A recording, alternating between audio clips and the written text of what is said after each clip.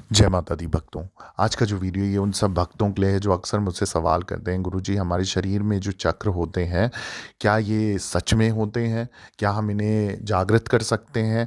और अगर हम सिद्धि करते हैं, ये साधना करते हैं इन चक्र के लिए, तो ये क्या हमारे जागृत कैसे होंगे? हमें कैसे पता चलेगा? और शरीर में ये चक्र कहाँ पर होते हैं? क्या इनकी प्रकृति होती है? तमाम सवाल आपके आते रहते हैं मेरे पास चक्र को लेके। तो आइए उसी के लिए मैं ये वीडियो बना रहा हूँ, उसी के माध्यम से जुड़े सवालों का आपको जवाब देने जा रहा हूँ इस वीडियो के माध्यम से। तो आपसे रिक्वेस्ट है मेरी, आपसे प्रार्थना है मेरी, आप इस वीडियो को ध्यानपूर्वक सुनिए। ये आपके ज्ञान के लिए, आपके भविष्य के लिए बहुत काम आएगी ये वीडियो। और इस चीज़ के बारे में चर्चा करते हुए मैं आजकल जहाँ देखो वहाँ चक्रों की चर्चा हो रही है। खासकर पश्चिम में जहाँ भी आप जाएंगे वहाँ आपको हर जगह पे ना व्हील अलाइनमेंट सेंटर दिखाई देंगे, जहाँ आप अपने चक्रों को एक सीध में करवा सकते हैं। इसके अलावा वहाँ योग स्टूडियो भी आपको मिलेंगे और कई तरीके के कायरो प्रैक्टिस का चलन है, एक वो चलने लगा है। सभी चक्रों पर काम लोग करने लगे हैं। अब एक तरीके से ये फैशन सा हो गया है चक्र को लेके। तो सबसे पहले मैं ये आपको बताना चाहता हूँ कि आखिर चक्र होता क्या है, हम ये जान लें। सबसे पहले मनुष्य के शरीर में कुल मिलाकर 114 चक्र हैं। वैसे तो शरीर में इससे कई ज़्यादा चक्र हैं, लेकिन ये 114 चक्र मुख्य हैं। आप इन्हें नाड़ियों के संगम या मिलने के स्थान पर कह सकते हो। ये संगम हमेशा त्रिकोण की शक्ल में होते हैं। वैसे तो चक्र का मतलब पहिया या गोलाकार होता है। चूंकि इसका संबंध शरीर से है, तो ये एक आयाम से दूसरे आयाम की ओर गति से, इसलिए इसे चक्र कहते हैं। पर वास्तव में ये एक त्रिकोण है। अब जो अगला सवाल आता है वो ये आता है कि आखिर ये चक्र इस शरीर प्रणाली में करते क्या हैं? मूल रूप से चक्र केवल 7 प्रकार के होते हैं: मूलाधार, स्वाधिष्ठान, मणिपूरक, अनाहत, विशुद्धि, आज्ञा और सहस्रार। पहला चक्र है मूलाधार, जो गूदा और जनेंद्रियों के बीच में होता है। स्वादिष्ठान चक्र जनेंद्रियों के ठीक ऊपर होता है। मणिपूरक चक्र नाभि के नीचे होता है। अनाहत चक्र हृदय के स्थन में पसलियों के मिलने वाली जगह के ठीक नीचे होता है। विशुद्धि चक्र कंठ के गड्ढे में होता है। आज्ञा चक्र दोनों भवों के बीच में होता है। सहस्रार चक्र, जिसे ब्रह्मरंध्रु भी कहते हैं, सिर के सबसे ऊपरी जगह पर होता है। जहां नवजात बच्चे के सिर में ऊपर सबसे कोमल जगह होती है ना, उसी जगह पे। अब जैसे अगर मैं मूलाधार चक्र की बात करूं, तो मूलाधार चक्र जो भोजन और नींद के लिए तरसता है, अगर आपने सही तरीके से जागरूकता पैदा कर ली है, तो वहीं इन चीज़ों से आपको पूरी तरह से मुक्त भी कर सकता है। हम चक्र को ऊपर वाले और नीचे वाले चक्र कह सकते हैं, लेकिन आप ऐसी भाषा का प्रयोग अक्सर क्या होता है कि गलतफहमी का शिकार हो जाते हैं लोग, या गलतफहमी पैदा हो जाती है। ये एक इमारत की नींव और छत की तुलना करने जैसा हो जाएगा। छत कभी नींव से ज़्यादा महत्वपूर्ण नहीं होती है। किसी भी इमारत की नींव उसका मुख्य आधार होता है, छत नहीं। इमारत की मजबूती और वह कितना टिकाऊ होगी, ये सब उसकी नींव पर निर्भर करता है, ना कि छत पर। लेकिन जब हम बात करते हैं तो कहते हैं कि छत ऊपर और नींव नीचे है। अगर आपकी ऊर्जा मूलाधार में प्रबल है, तो आपके जीवन में भोजन और निद्रा का सबसे प्रमुख स्थान होगा। वैसे चक्रों की एक से ज़्यादा आयाम होते हैं। चक्रों का एक आयाम तो उनका भौतिक अस्तित्व है, लेकिन उनके आध्यात्मिक आयाम भी होते हैं। इसका मतलब है कि उनको पूरी तरह से रूपांतरित किया जा सकता है। उदाहरण के लिए मैं बता दूं कि मूलाधार चक्र जो भोजन और नींद के लिए तरसता है, अगर आपने सही तरीके से जागरूकता पैदा कर ली है, तो वहीं इन चीज़ों से आपको पूरी तरह से मुक्त भी कर सकता है। अब बात करते हैं दूसरे चक्र की, जो है स्वादिष्ठान चक्र। अगर आपकी ऊर्जा स्वादिष्ठान में सक्रिय है, तो आपके जीवन में आमोद प्रमोद यानी कि आनंद की प्रधानता होगी। आप भौतिक सुखों का भरपूर मजा लेने की फिराक में रहेंगे और आप जीवन में हर चीज का लुत्फ उठा पाएंगे। अब जो तीसरा चक्र है वो है मणिपूरक चक्र। अगर आपकी ऊर्जा मणिपूरक में सक्रिय है तो आप कर्मयोगी होंगे। आप दुनिया में हर तरीके का काम करने को तैयार रहेंगे। अब जो चौथा चक्र आता है वो आता है अनाहत चक्र। अगर आपकी ऊर्जा अनाहत में सक्रिय है तो आप एक सृजनशील व्यक्ति होंगे। एकदम मतलब क्रिएटिव तरीके के इंसान होंगे जो हर एक नई चीज़ करना चाहेगा, या नई चीज़ों का उमंग होगी उसके शरीर में, तरंग होगी उसके शरीर में। अब जो पांचवा चक्र आता है वो आता है विशुद्धि चक्र। इस तरह से आपकी ऊर्जा अगर विशुद्धि में सक्रिय है तो आप अति शक्तिशाली होंगे, आप पावरफुल होंगे। आपका अगर ये चक्र जागृत है, आपको निर्भय होके, आप बिना डरे हुए आप आगे बढ़ोगे। आपको ज़िंदगी में कोई भी किसी चीज़ से पीछे नहीं हटा सकता, रोक नहीं सकता। अब जो छठा चक्र है वो है आज्ञा चक्र।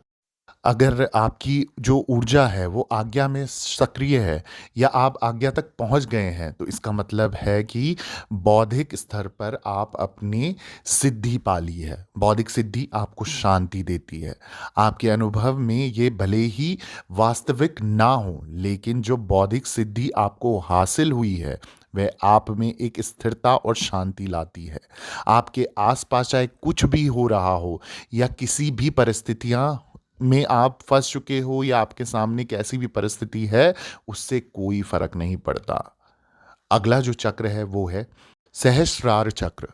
एक बार इंसान की ऊर्जा अगर इस चक्र तक पहुंच जाती है तो वह पागलों की तरह परम आनंद में झूमता है। अगर आप बिना किसी कारण ही आनंद में झूमते हैं तो इसका मतलब है कि आपकी ऊर्जा ने उस चरम शिखर को छू लिया है। इसलिए मैं आपको जानकारी दे दूं कि ये दरअसल किसी भी आध्यात्मिक यात्रा को हम मूलाधार से सहस्रार की यात्रा कह सकते हैं। ये एक आयाम से दूसरे आयाम में विकास की यात्रा है। इसमें तीव्रता के साथ अलग अलग स्तर होते हैं। आपकी ऊर्जा को मूलाधार से आज्ञा चक्र तक ले जाने के लिए कई तरह की आध्यात्मिक प्रक्रियाएं और साधनाएं हैं, लेकिन आज्ञा से सहस्रार तक जाने के लिए कोई रास्ता नहीं है। कोई भी एक खास तरीका बिल्कुल नहीं है। आपको या तो छलांग लगानी पड़ती है, या फिर आपको उस गड्ढे में गिरना पड़ता है जो अथाह है, जिसका कोई तल नहीं होता। इसे ही ऊपर की ओर गिरना कहते हैं।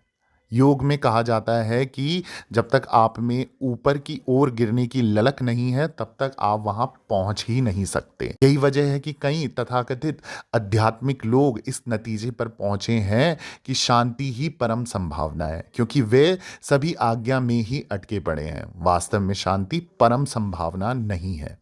आप आनंद में मगन हो सकते हैं, इतने मगन की पूरा विश्व आपके अनुभव और समझ में एक मजाक जैसा लगने लगता है। जो चीज़ें दूसरों के लिए बड़ी ही गंभीर हो जाती हैं वे आपके लिए एक मजाक होती हैं। लोग अपने मन को छलांग के लिए तैयार करने में लंबे समय तक आज्ञा चक्र पर रुके रहते हैं। यही वजह है कि आध्यात्मिक परंपरा में गुरु शिष्य के संबंधों को महत्व दिया गया है। उसकी वजह से सिर्फ इतना है कि जब आपको छलांग मारनी हो तो आपको अपने गुरु पर अतः विश्वास होना चाहिए। 99% लोगों को इस विश्वास की ज़रूरत पड़ती है, नहीं तो वे छलांग मार ही नहीं सकते। यही वजह है कि गुरु शिष्य के संबंधों पर इतना महत्व दिया गया है, क्योंकि बिना विश्वास कोई भी कूदने को तैयार नहीं होगा। अब जो सवाल आता है वो ये आता है, शरीर के चक्रों पर कौन कौन से देवी देवताओं का वास होता है और ये हमारे लिए क्या काम करते हैं या क्या कर सकते हैं, और कैसे हम इनसे काम ले सकते हैं या करा सकते हैं। मानव शरीर में 7 चक्र होते हैं, ये मैंने आपको बता दिया है। सबसे पहला जो है मूलाधार है। इसमें गणेश जी देवता हैं और देवी काली हैं। साधना में सर्वप्रथम कुंडलिनी की जागृत होने पर साधक को गणेश जी की शक्तियाँ प्राप्त होती हैं, जिससे वह रिद्धि सिद्धि का स्वामी बन जाता है। इसके ऊपर आता है स्वादिष्ठान चक्र, जिसके देवता इंद्र हैं और देवी ब्रह्मचारिणी है। इस स्थान पर तभी पहुंचा जा सकता है जब ब्रह्मचार्य का पालन किया जाए। यहाँ तक पहुंचने से पहले साधकों के लिए इंद्र अप्सराएं भेज दिया करते थे, जिससे उनका ब्रह्मचार्य टूट जाए और वे पतित हो जाए। ऐसा प्रमाण बहुत सारे ग्रंथों में आपको सुनने के लिए, देखने के लिए मिलेगा। जो इस स्थान तक पहुंच जाता है उसके पास इंद्र की जैसी शक्तियां आ जाती हैं। उससे ऊपर आता है मणिपूरक चक्र है। इसके देवता ब्रह्मा जी हैं। यहाँ की देवी सरस्वती है। ब्रह्मा जी की उत्पत्ति नाभि कमल से हुई है। वे इस स्थान में रहकर गर्भ में रहने वाले बच्चे की रचना करते हैं। यह स्थान पूरे शरीर का केंद्र माना जाता है। इस स्थान पर पहुंचने वाले साधक के पास ब्रह्मा की शक्तियां आ जाती हैं और वो उसके बाद उनके आशीर्वाद से किसी को भी संतान की प्राप्ति हो सकती है। इससे ऊपर अनाहत चक्र है, जिसमें हर समय विभिन्न प्रकार के वाद्य यंत्रों की आवाज आपके कानों में गूंजती रहती है जब ये जागृत होता है। इस चक्र के देवता क्योंकि विष्णु जी हैं और क्षीर सागर में लेटे हुए हैं। जब ब्रह्मा जी किसी बच्चे की निर्माण यानी कि रचना का कार्य पूरा कर देते हैं और उसकी उत्पत्ति हो जाती है, तब उनका कार्य पूर्ण हो जाता है और उसके पालन पोषण की जिम्मेदारी विष्णु जी के ऊपर आ जाती है, जिससे माँ के स्तनों में दूध आ जाता है। ये स्तन क्षीर सागर का प्रतीक है। यहाँ तक पहुँचने वाला साधक के पास विष्णु जी की शक्तियाँ अपने आप ही आ जाती हैं। अब अनाहत से ऊपर जो है वो विशुद्धि चक्र है। इसके देवता शंकर जी हैं और देवी उमा जी हैं, यानी कि पार्वती माता है। यहाँ तक पहुँचने वाले साधक के पास शंकर जी की शक्तियाँ आ जाती हैं और वो मृत्यु उसकी इच्छा पर निर्भर हो जाती है। इसके ऊपर आज्ञा चक्र है, जहाँ पर तीसरा नेत्र होता है। यह आत्मा का क्षेत्र है। यहाँ पहुँचने पर कुंडलिनी भी जो शक्ति रूपा थी, वह इस आत्मा ईश्वर ब्रह्म शिव क्षेत्र में पहुंचकर शिव से मिलती है और यहाँ पर पहुँचने वाला साधक अर्धनारीश्वर बन जाता है। शंकर जी ध्यान साधना योग अध्यात्म के द्वारा यहाँ तक पहुँचे, वह शिव बन गए, उन्हें शिव कहा जाने लगा। कुंडलिनी यहीं पर रुक जाती है और इस कुंडलिनी शक्ति के द्वारा मूलाधार में रहने वाला जीव इन चक्रों से होता हुआ शिव बनता है, जो पहले शिव ही था, जिसे माया ने जीव बना दिया था। जो जीव इस स्थिति में पहुंचकर अपने पूर्व के स्वरूप को प्राप्त करता है, इसे ही स्वरूप की प्राप्ति, आत्मज्ञान की प्राप्ति, आत्मज्ञान आदि नामों से जाना जाता है। अब जो सातवां चक्र है वो है सहस्रार चक्र। इस चक्र के जो देवता हैं वो हैं शिव भगवान और ये चक्र जो है सिर में शिखा बंधन वाले स्थल पर स्थित है। ये सहस्रार दल अर्थात 1000 दल वाला कमल स्थित है। ये चक्र परमात्मा का वास होता है। ठीक है, तो ये थी समझ जानकारी चक्रों को लेके। जो हमारे शरीर पे 7 प्रकार के चक्र होते हैं, उनका अर्थ, उनका कार्य, उनके देवता, मैंने सब कुछ बता दिया है। आगे अगर कोई भी और जानकारी चाहिए आप मुझे कमेंट के माध्यम से कर सकते हो या इंस्टाग्राम पे आप मुझे फॉलो करके अपने सवाल डायरेक्ट मैसेज कर सकते हो ऑफिशियल देवी भगवती शक्ति के नाम से। जय माता दी, जय माँ डाट काली।